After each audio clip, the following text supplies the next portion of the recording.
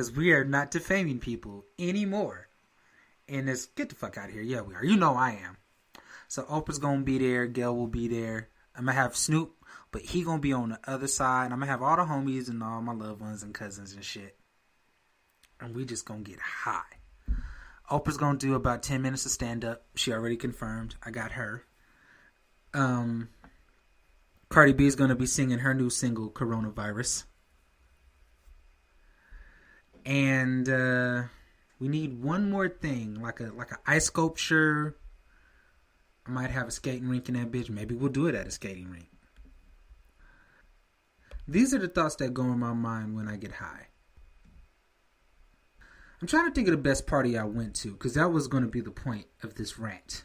Was, what's the best party you've ever been to? Because I'm trying to think of the epic times, just the biggest time, just fun I remember.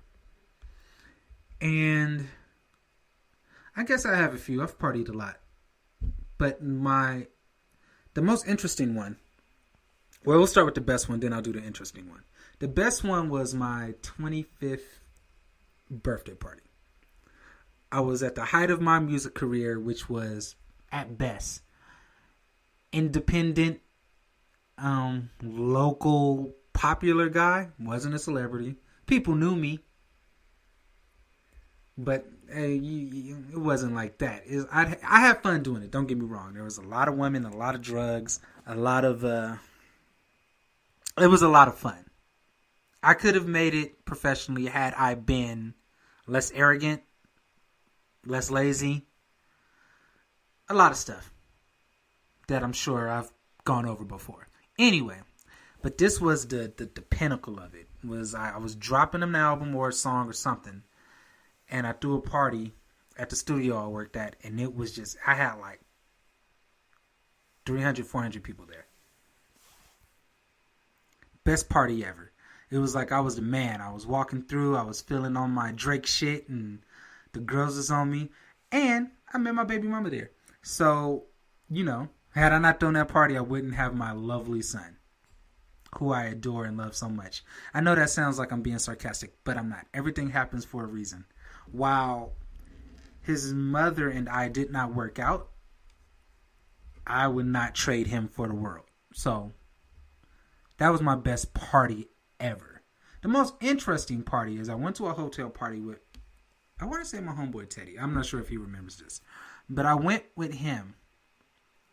And it was a hotel party. It was supposed to be a pajama party. And I got there and I think I was the only nigga in pajamas. So off top, that already sucked. But if you tell me to dress, I'm going to probably dress. Now, I don't really dress for Halloween. I think this year I'm doing everything. By the way, invite me to everything. I'm going everywhere. Everywhere. Okay? So, I might not go, but invite me anyway. If I can make it, I'm going to be there. And y'all better start coming to my shit. Anyway, there was this girl there. And she took a liking to me. And she wasn't really my type. But I had weed, as I always do. And, oh yeah, that's by the way. Anytime I mention a weed reference or a drinking reference, take a shot and or smoke. Smoke! Y'all gonna be high by the end of this. Anyway. So, she asked me, did I have weed? Because she seen me smoking in the parking lot. So I'm like, sure, we can go smoke. And I go smoke with her. And she's cool. This whole party, she's cool. After we smoke. And then we go back upstairs to the hotel. And then she's like just on me.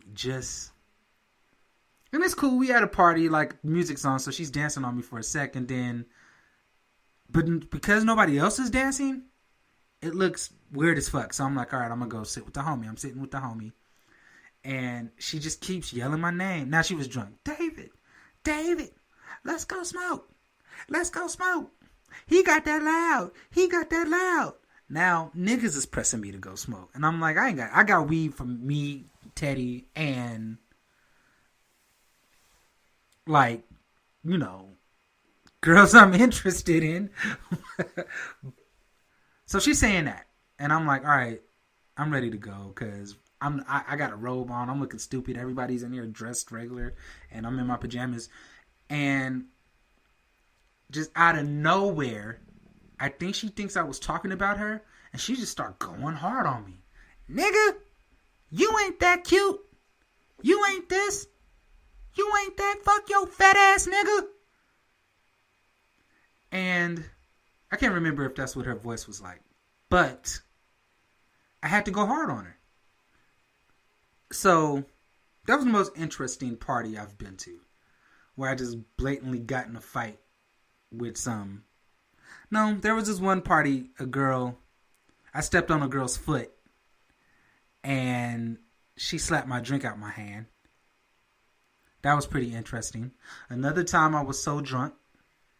And again, there's no point to the story. I just know you at home not doing shit, so bear with me. Another time, I got drunk at the Boogie. You remember the Boogie? It was in Anaheim, right? I'm old. I know I'm dating myself.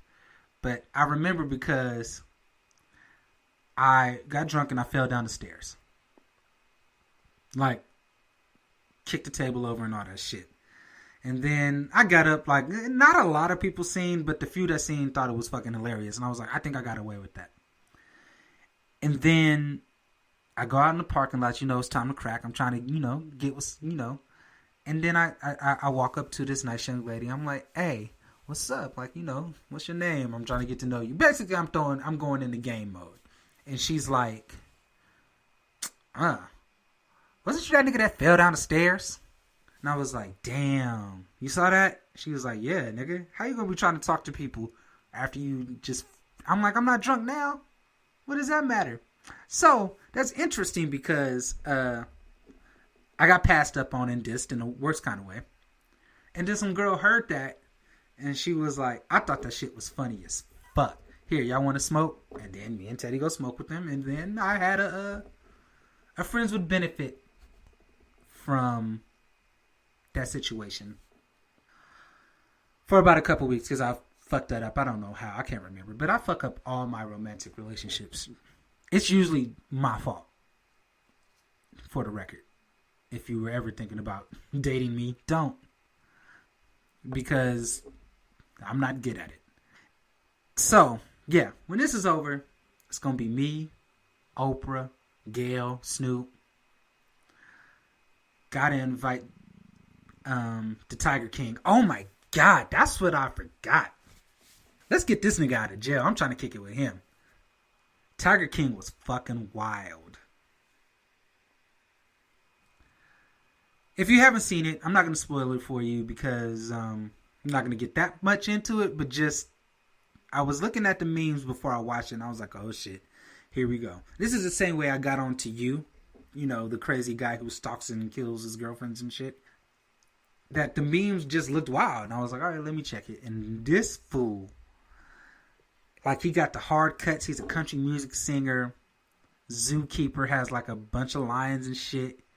Fucking, and he's gay. But he only likes straight men. It's just wild. Watch it. You will fucking love it. Because, yeah, this year I'm on my Tiger King without the gay stuff. And I'm not going to steal big cats. I'm going to steal really, really, really tiny kittens. And I'm not going to do... Well, they did meth, huh? No, I'm going to smoke weed and do coke. No. I'm going to do shrooms and weed. Coke have you too ramped up. I might kick my kittens around. And that lady on Tiger King, she killed her husband for sure, right? This bitch said he fell in lions, or he like this. Her husband was cool with lions. Like, I say cool with lions like they Crips, but he knew, like, him falling in there and dying sounds silly to me. She killed that nigga. But yeah, the show is really good. It is basically about Joe and this Carol person, I think her name's Carol, fighting over tigers and shit. It starts slow, but it ramps up really quickly. So yeah, Joe's gonna be at my party. He's gonna be handing out chocolate flavored, meth infused tiger chocolates. I'm sorry. Let me add. That's what you got? Okay, yeah. We're confirmed on tiger flavored chocolates with meth. So if you like meth and you like chocolate, my party is the motherfucking place to be. At this time, guess what time it is? Is it too early for a smoke break? Nope. Grab your bongs. Grab your pipes. Grab your Twinkies. Grab your yoga mask. Grab your sanitizer. Anything that you love that puts a big smile on your face. Do that now. My soul recognizes yours. Namaste.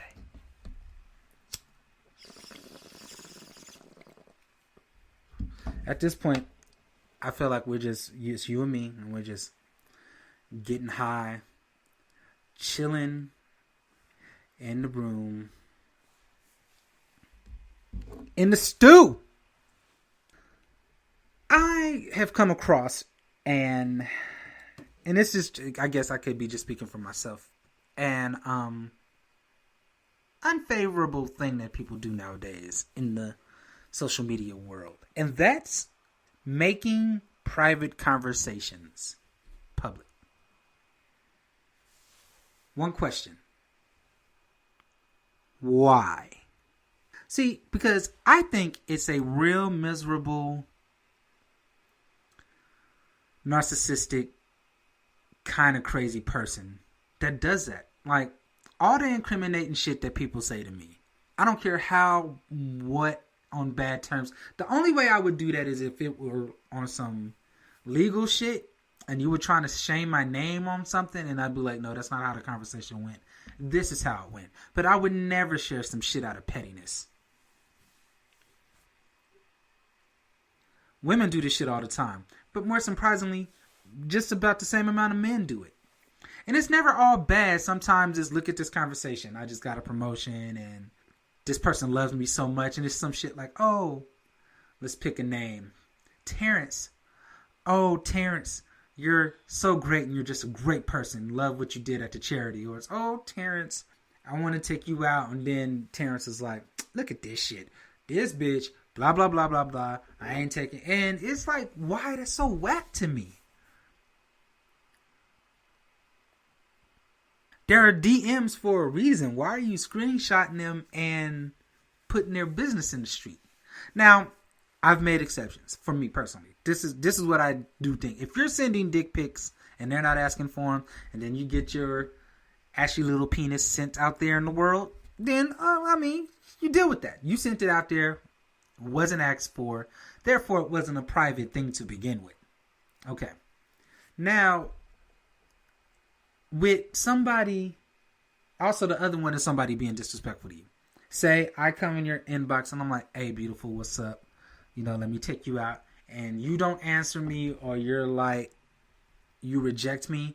And then I'm like, fuck you, you ugly dog face, penicillin eating, ice water drinking, food stamp faking, coronavirus spreading, Armageddon starting, peanut butter and jelly eating, one sock wearing, one glove wearing, half of a condom wearing,